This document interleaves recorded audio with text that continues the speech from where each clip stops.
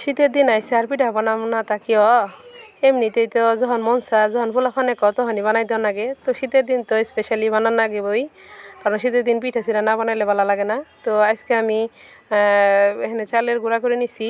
চাল আমি মিল থেকে ভাঙাই নিয়ে আইছি, কারণ এখন তো আর ঢেঁড়ির যুগ নাই। তো আমি সর্বপ্রথমে এখন মানে আগে অল্প করে গুঁড়া দিয়ে আমি চিতই পিঠা বানাম, আর বাকি গুঁড়া দিয়ে আমি পরবর্তীতে অন্যরকম পিঠা বানাই আপনি করে দেখাম। তো দেখেন আমি এখানে বাড়ির মধ্যে গুঁড়া নিয়ে নিছি। গুঁড়ার মধ্যে আমি পরিমাণ মতো লবণ নিয়ে নিলাম। তো চিতই পিঠা বানানির আর গোপন রহস্য আপনাদের কাছে আজকে ফাঁস করে দিব আমি। তো এইভাবে যদি পিঠা বানান তাহলে দেখবেন যে নতুন চাল কোন পুরান চাল কোন যেরকম চাল দিয়ে বানান খুব সুন্দর হবো না। গরম পানি দিতে হবো না, কোনো কিছু দেওয়ার লাগবো। খুব সহজেই আপনারা নরম তুলতুলা পিঠা বানাবার পাবেন চিতই পিঠা। তো দেখেন আমি সর্বপ্রথমে লবণ নিয়ে সুন্দর করে ভালো মতো আওড়াই নিছি গোড়াগুলা। তারপরে আমি অল্প অল্প করে পানি দিয়ে এখানে একটু আগে কাইডা গুলে নমো। আমি একবারে সম্পূর্ণ বেখানি পানি দিব না, কারণ চিতই পিঠার যে গোপন রহস্যটা এটা হইতেছে গিয়া যত বেশি এই গোড়াটারে মুথবেন তত বেশি হবো, যত বেশি এটারে মিশাবেন মুথিবেন তত বেশি দেখবেন যে আপনার এই পিঠাটা ফুলবে বেশি। এটি হইতেছে গিয়ে গোপন রহস্য চিতই পিঠার। তো আমি সর্বপ্রথমে অল্প একটু পানি নিয়ে বেশিক্ষণ ধুইরা অনেকক্ষণ সময় বড়া আমি এটাকে আগে করে নিলাম মেলাক্ষণ বড়া। তারপরে আবার আমি ঢাইকে রাখলাম। এটা আমি বিকেল দিক দিয়ে করছিলাম, বিকেল দিক দিয়ে কইরা রাইখে দিছিলাম, ঢাইকে রাইখে দিছি। পরবর্তীতে আমি রাইতে পিঠা বানামো, ওর জন্য আমি রাইখে দিছি। তো এখন দেখেন এরম করে রেখে দিছি। আস্তে আস্তে দেখেন কেরম হয়েছে, এটা ফুললে পানিটা আরেকটু শুকাই গেছে। তো দেখেন এখানে তাও আবার আমি আরেকটু এরম করে আওড়াইয়া নিয়ে একটু মুথে নিলাম। নিয়নের পরে করলাম তো এখানে যত আপনি বেশি মুথবেন তত বেশি আপনার পিঠাটা ফুলবো। না বেকিং পাউডার দেওয়া লাগবো, না কিছু দেওয়া লাগবো, কিছু দেওয়া লাগবো না। এবং করে আপনি খুব সহজেই আপনার পিঠাগুলো নরম তুলতুলে ফুলাবার হবেন। তো আমি এনে একটু করে পানি নিতেছিলাম আর সুন্দর করে ভালো মতো মাখাই নিতেছিলাম, গুঁড়াটা গুলে নিতেছিলাম।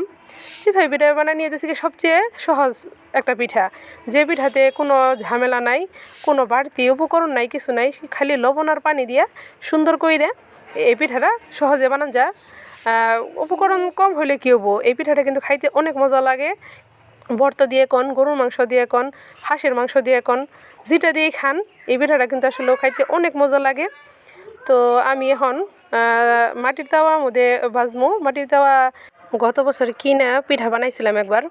তো এই বিসমিল্লাহ কয়ে আমি তাওয়ার মধ্যে দিয়ে দিলাম। তো দেখেন আমার তাওয়াটাই তো চিতলা মারা, তো হেলেগে পিঠাগুলা মানে এত বেশি উঁচা হয়ে ফুলে নাই, মানে চিতলে চিতলে হয়েছে পিঠাগুলা। তো দেখেন খুব সুন্দরভাবে পিঠাগুলো হয়ে গেছে। প্রথম পিঠাটা দিছি, দেখেন কি সুন্দর।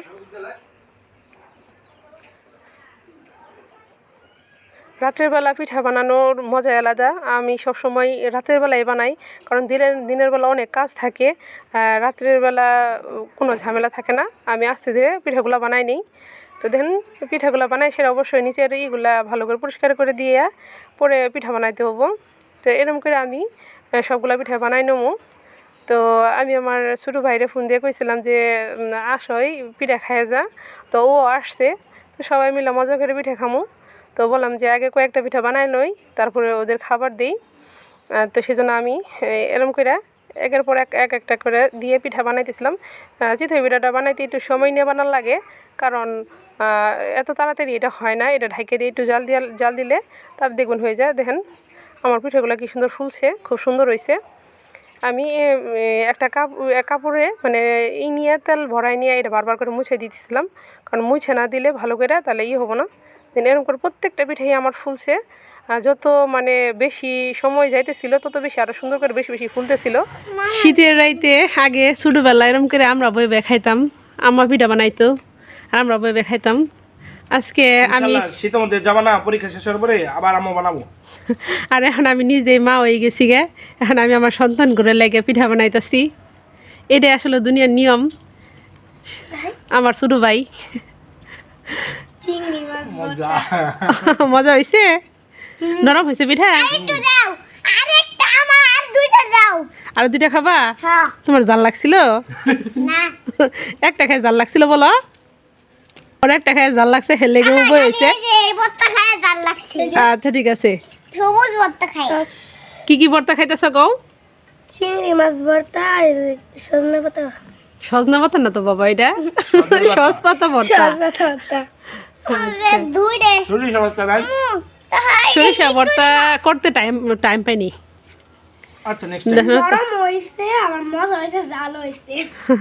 ঝাল পিঠা খায় বাচ্চাদের অবস্থা খারাপ। ওরা বলতেছে এখন যে ডিমের পিঠা খাবো, ডিমের চিতই দোকান থেকে এরম করে কিনে নিয়ে এসে দিই খায়, সেজন্য কইতেছি তাহলে আমার বানাই দাও। ওরে একটা হাঁসের ডিম নিছি, হাঁসের ডিমটা গুলাই এসে একটা দিয়ে দুইটা ওদের বানাই দিছি, যেহেতু কিছুক্ষণ আগে ওরা আরও কয়েকটা পিঠা খাইছে, তো এখন আর এত বেশি খাবার পাবো না, সেজন্য একটু অল্প অল্প করে দিয়েই এক ডিম দিয়ে দুজনেরে দুইটা বানাই দিছি। তো ওরা সুন্দর করে এই পিঠাটা মজা করে খাইলো।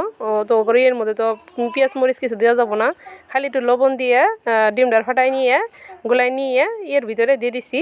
তো দেখেন কি সুন্দরভাবে হয়ে গেছে গা ডিমের চিতই। তো আমার ছেলে আগে এই প্লেট নিয়ে দাঁড়াই আসিল, ওরে তুলে দিয়ে দিলাম। আমি সবসময়ের মতো এবারও একটু তেল দিয়ে মুছে নিলাম, মুছে নিয়ে এখানে দিয়ে দিম একটা এরম করে ডিমের চিতই পিঠা বানাম। দুই ছেলের জন্য দুইটা এরম করে বানাই দিলাম।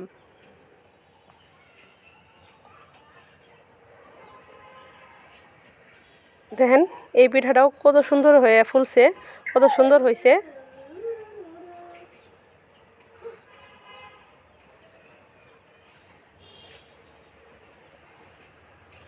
একদম ফুলে কেমন হয়ে গেছে, সুন্দর হয়েছে। তো আমার পিঠাগুলা আপনাদের কাছে কেমন লাগলো অবশ্যই কমেন্ট করে জানাবেন। তো এতক্ষণ ধরে সবটি মিলে খাইতেছিল, যেহেতু চিতই পিঠাটা ঠান্ডা হলে ভালো লাগে না, হেলে গিয়ে বানাইতেছিলাম আর ওরা গরম গরম খাইতেছিল। তো আমি তারপর লাস্টে আপনাদের যেতটুকু পাইতেছি অতটুকু দেখাই দিতেছি। ইতিমধ্যে ভর্তা টর্তা এবং ইটি সব খাওয়া শেষ, ভিডিও করার সময়ই পাইনি আমি, কারণ বানাইতেছিলাম ওরা খাইতেছিল, কারণ গরম গরম খাওয়াই কথা, না হলে পিঠাগুলো স্বাদ লাগবো না। হেলে গিয়ে আমি করতে পারি না। দেখেন নরম হয়েছে, কত তুলতুলা হয়েছে।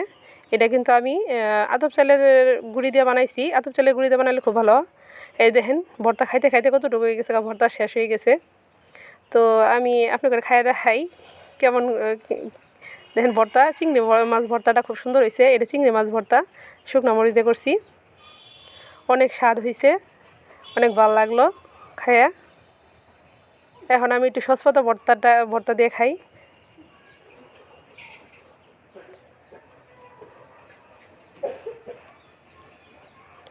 সসপাতার ভর্তাটাও অনেক ভালো হয়েছিল, তবে একটু ঝাল হয়েছিল। এটা আমি কাঁচামরিচ দিয়ে করছিলাম। আজকের মতো এই পর্যন্তই।